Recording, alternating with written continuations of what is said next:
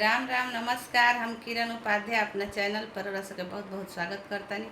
आज बहुत सुंदर एगो माता जी के गीत लेके आयल बनी जा, सुनाओ तन जा, पूरा सुनब सब है। पसंद आई तो लाइक सब्सक्राइब शेयर जरूर करब सब है। चलिए सुनल जा। हरियर सुगवाए मैया तुला दून ठोरवा हो तुला दून ठोरवा हो।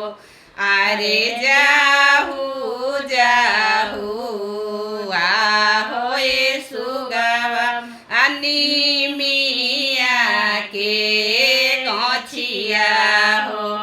अरे जाहू जाहू आहो ए सुगवा अनि मिया के गछिया हो।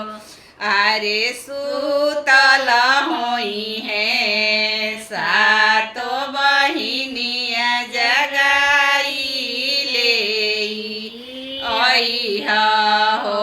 यारे सुतल होई है सातो बहिनिया जगाई ले अइहा हो।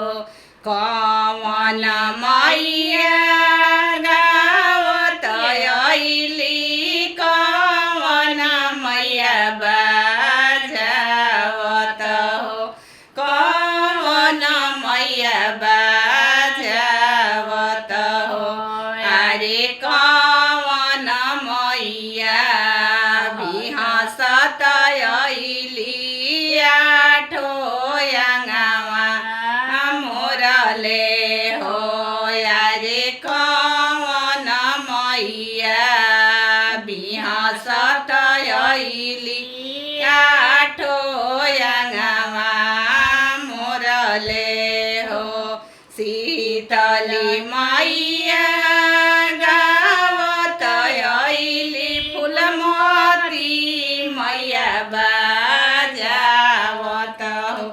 फूलमती मैया बाजावत हो। अरे समे मैया बिहसत अइली आठो अंगवा मोरले हो। यारे समे मैया बिहसत अइली आठो अंगवा मोरले हो।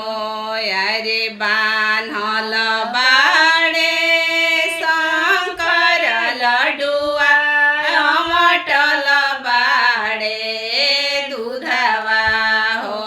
यारे बान्हल बाड़े अलहर बछेड़वा मैया सजली रंथवा हो।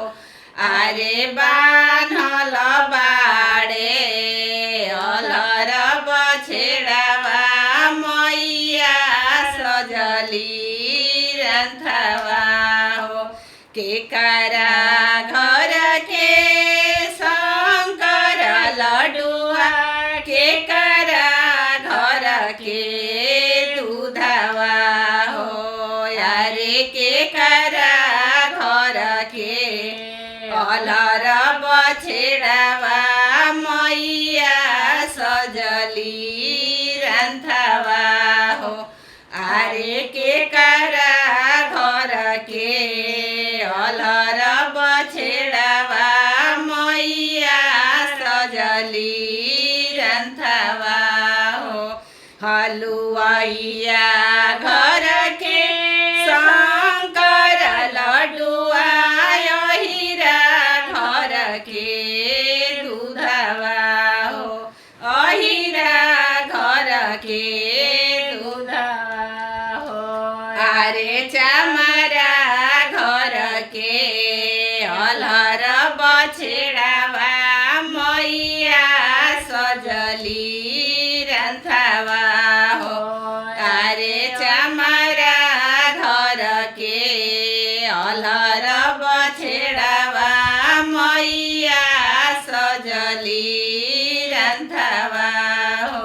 खैली मैया शंकर लडुआ पियली मैया दूधवा हो यारे चढ़ली मैया अलर बछेड़वा जय जय दिलिया शीशवा हो यारे चढ़ली मैया